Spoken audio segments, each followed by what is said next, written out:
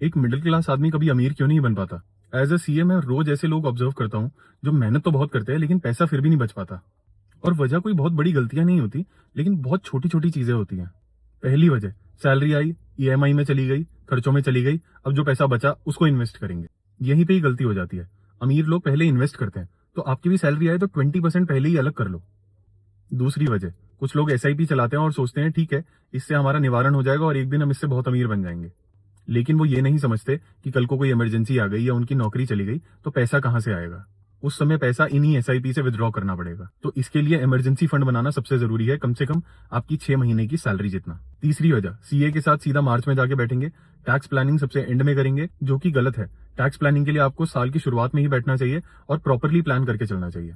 चौथी वजह, जो कि सबसे मेजर वजह है, इनकम हमारी एक है, अगर नौकरी चली गई और कोई बीमारी आ गई तो सारी की सारी चीजें रुक जाती हैं। यही मिडिल क्लास की सबसे बड़ी वल्नरेबिलिटी है। सबसे आसान तरीका है कोई ऐसी स्किल डेवलप करो जो आपको सेकंड इनकम बनाने में मदद कर सकती है, भले ही वो कंटेंट क्रिएशन भी क्यों ना हो। तो आप मेहनत कम नहीं कर रहे, बस आपका फाइनेंशियल सिस्टम गड़बड़ा रखा है। ऐसी और वीडियोस के लिए प्लीज फॉलो।